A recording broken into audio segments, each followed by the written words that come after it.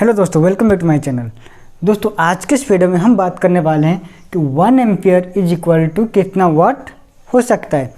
तो इस तरह का क्वेश्चन इंटरव्यू में आपको पूछा जा सकता है कि 1 एम्पियर इज इक्वल टू कितना वाट का होता है। तो इसी के बारे में आज हम डिटेल्स में बात करने वाले हैं। तो दोस्तों आप बिना स्किप के वीडियो आखिर तक देखते रहिएगा, और अगर आप हमारे चैनल पर नए हो तो चैनल को सब्सक्राइब जरूर कर लेना, और नोटिफिकेशन पाने के लिए नीचे दिया गया बेल आइकन पर जरूर क्लिक कर देना, जो कि दोस्तों बिल्कुल फ्री है। तो चलिए दोस्तों वीडियो शुरू करते हैं। तो दोस्तों देखिए 1 एम्पीयर इज इक्वल टू कितना वाट। तो इसको समझने से पहले हमें जानना होगा वाट क्या होता है, वाट हमें कैसे निकालना पड़ता है। तो आपको पता ही होगा वाट जो होता है वोल्टेज एंड करेंट का समेशन होता है, ठीक है। तो वाट कैसे निकालते हैं? तो दोस्तों वाट को निकालने के लिए हमारे पास जो कि फॉर्मूला होता है, अगर हम डीसी की जो कि डायरेक्ट करंट होता है, अगर हम डीसी की बात करें तो यहाँ पर अगर हम वाट निकालते हैं जो कि हमारा पावर होता है, तो यहाँ पर पावर का फॉर्मूला क्या होता है V/I, ठीक है, यानी कि वोल्टेज इंटू करंट, ठीक है। तो अगर डीसी केस में हम अगर पावर को निकालना चाहते हैं तो यहाँ पर फॉर्मूला क्या होगा V/I। अगर दोस्तों हम यहाँ पर एसी की बात करते हैं, ठीक है, पहले मैं आपको कुछ कंसेप्ट बता देता हूँ, उसके बाद हम टॉपिक के ऊपर चलेंगे। तो दोस्तों अगर हम यहाँ पर एसी की बात करते हैं तो दोस्तों एसी में दो कंडीशन आता है। एक होता है आपका सिंगल फेज, और एक क्या आता है आपका 3 फेज, ओके। तो दोस्तों देखते हैं सिंगल फेज में क्या फॉर्मूला होता है। तो सिंगल फेज में वही होता है वोल्टेज इंटू करेंट, और दोस्तों इसके साथ और कुछ मल्टीप्लाई होता है जो कि होता है आपका पावर फैक्टर, जिसे हम डिनोट करते हैं cos phi में, ठीक है। तो सिंगल फेज का जो पावर होता है उसका फॉर्मूला क्या होता है V/I इंटू पावर फैक्टर, यानी कि cos phi। और दोस्तों अगर हम 3 फेज की बात करते हैं तो यहाँ पर क्या होता है कि V इंटू यहाँ पर √3 दोस्तों मल्टीप्लाई होता है वोल्टेज के साथ, ठीक है। अगर आप √3 मल्टीप्लाई ना करें तो यहाँ पर आप लिख सकते हो 1.732, जो कि √3 वैल्यू होता है और ये कांस्टेंट रहता है, ठीक है। और अब आता है आपका करंट, देन आता है आपका पावर फैक्टर। तो दोस्तों ये होता है आपका पावर का फॉर्मूला। तो डीसी केस में होता है V/I, वोल्टेज इंटू करंट, और एसी में सिंगल फेज में होता है आपका voltage current into power factor. और अगर 3 फेज की बात करते हैं तो यहाँ पर होता है आपका वोल्टेज इंटू √3, जो कि होता है 1.732 into current into power factor. तो दोस्तों ये होता है आपका पावर। तो चलिए अभी हम अपने टॉपिक के ऊपर चलते हैं कि 1 एम्पीयर इज इक्वल टू कितना पावर, यानी कितना वाट होता है। तो दोस्तों इस तरह का क्वेश्चन इंटरव्यू में पूछा जा सकता है। तो जब भी आपको कोई क्वेश्चन करे कि 1 एम्पीयर इज इक्वल टू कितना वाट होता है, तो आपको वहाँ पर उसको क्वेश्चन करना होगा कि यहाँ पर वोल्टेज कितना है। तो आपको ये उससे पूछना होगा कि यहाँ पर वोल्टेज कितना है। ये किस लिए दोस्तों? क्योंकि देखिए जब भी, तो मान लीजिए यहाँ पर एक मोटर है, ये एक मोटर है और इसको मैंने कुछ सप्लाई दिया हुआ है, ठीक है। तो यहाँ पर जो करंट फ्लो होता है वो किसकी वजह से फ्लो होता है? वोल्टेज की वजह से। क्योंकि अगर मैं यहाँ पर 2 कनेक्शन इसको देता हूँ जो कि होता है फेज एंड न्यूट्रल, तो इसके अंदर एक पोटेंशियल डिफरेंस होता है, ठीक है, जिसे हम बोलते हैं वोल्टेज। तो अगर पोटेंशियल डिफरेंस नहीं होगा तो यहाँ पर करंट फ्लो नहीं हो सकता है। जैसे कि दोस्तों मान लीजिए यहाँ पर एक वाटर टैंक है और इसके अंदर से मैंने एक पाइप डाला है नीचे की ओर, ठीक है, और नीचे और एक बकेट है। तो अगर इस वाटर टैंक में प्रेशर नहीं बनेगा, ठीक है, अगर इस वाटर टैंक में प्रेशर नहीं बनेगा तो क्या पानी जो है इस पाइप के अंदर फ्लो हो सकता है?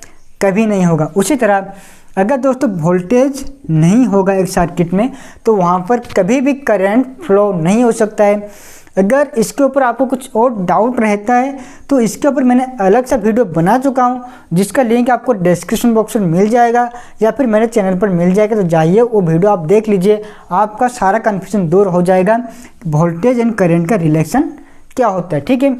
तो देखिए दोस्तों जब भी आपको कोई इस तरह का क्वेश्चन पूछे तो आप यहाँ पर उससे पूछिए कि यहाँ पर वोल्टेज कितना है, और यहाँ पर हमने जो सप्लाई यूज किया है वो कौन सा सप्लाई है, एसी है और डीसी है। अगर एसी है तो एसी में कौन सा है, सिंगल फेज का है या फिर 3 फेज का है।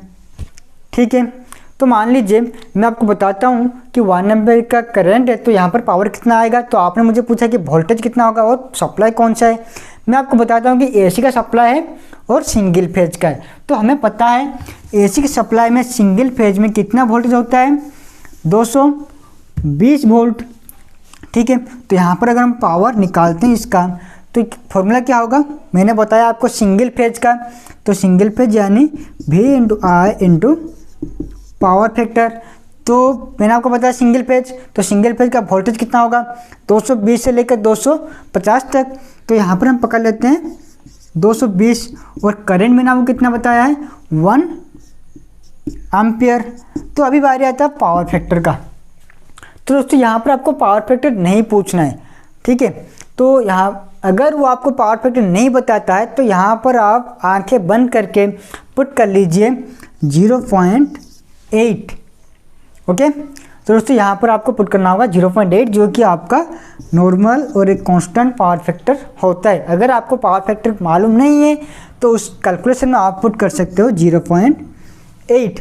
और दोस्तों एक क्वेश्चन, क्या आपको पता है पावर फैक्टर का यूनिट क्या होता है। जैसे कि वोल्टेज का होता है वोल्ट, करंट का होता है एम्पियर, उसी तरह पावर फैक्टर का यूनिट क्या होता है। अगर आपको पता है तो आप मुझे कमेंट सेक्शन में कमेंट करके बताइए पावर फैक्टर का यूनिट क्या होता है। ओके, तो दोस्तों अभी हम इसका कैलकुलेशन करते हैं, देखते हैं कितना पावर यहाँ पर निकलता है। तो यहाँ पर आपका आता है 176 वाट।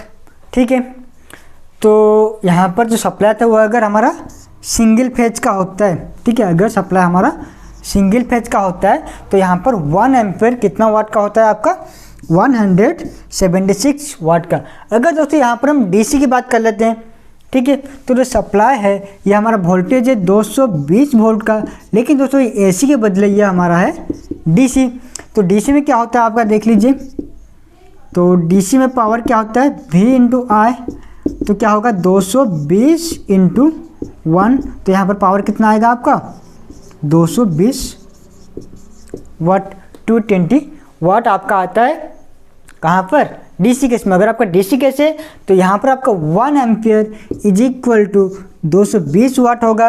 और अगर एसी का केस है तो यहाँ पर आपका क्या आएगा, 1 एम्पियर इज इक्वल टू 176 वाट। ठीक है दोस्तों, तो इस तरह का दोस्तों क्वेश्चन जो है छोटा छोटा क्वेश्चन होता है और ये इंटरव्यू में पूछा जाता है। तो अगर आप नहीं जानते होंगे तो इंटरव्यू से आपको डिस्क्वालीफाई कर दिया जाता है। दोस्तों ये बहुत एक आसान सा सवाल था कि 1 एम्पियर इज इक्वल टू कितना वाट होता है। तो दोस्तों हमें पता होता है सब कुछ, लेकिन कभी कभी हम क्या करते हैं कन्फ्यूजन में आ जाते हैं और नहीं बता सकते हैं कि 1 एम्पियर इज इक्वल टू कितना वाट होता है। तो अगर आपको कोई पूछता है कि 1 एम्पियर इज इक्वल टू कितना वाट होता है तो आप सिंपल सा इस मेथड का यूज कीजिए और उसे फटाफट से आंसर दे दीजिए कि 1 एम्पियर इज इक्वल टू कितना वाट होता है। ठीक है दोस्तों, अगर आपको कोई डाउट रह गया हो वीडियो में तो आप मुझे कमेंट करके पूछ सकते हैं, मैं कमेंट में आपका आंसर दे दूंगा। और अगर आप किसी को टॉपिक के ऊपर वीडियो चाहते हो तो आप मुझे कमेंट कीजिए, मैं दोस्तों उसके ऊपर ज़रूर वीडियो बनाऊंगा। ठीक है दोस्तों, तो अगर आप हमारे चैनल पर नए हो तो हमारे चैनल को सब्सक्राइब जरूर कर लेना, जो कि आपको नीचे मिल जाएगा। आज के लिए बस इतना ही, अब फिर मिलते हैं अपने नए वीडियो में कुछ नए ज्ञान के साथ।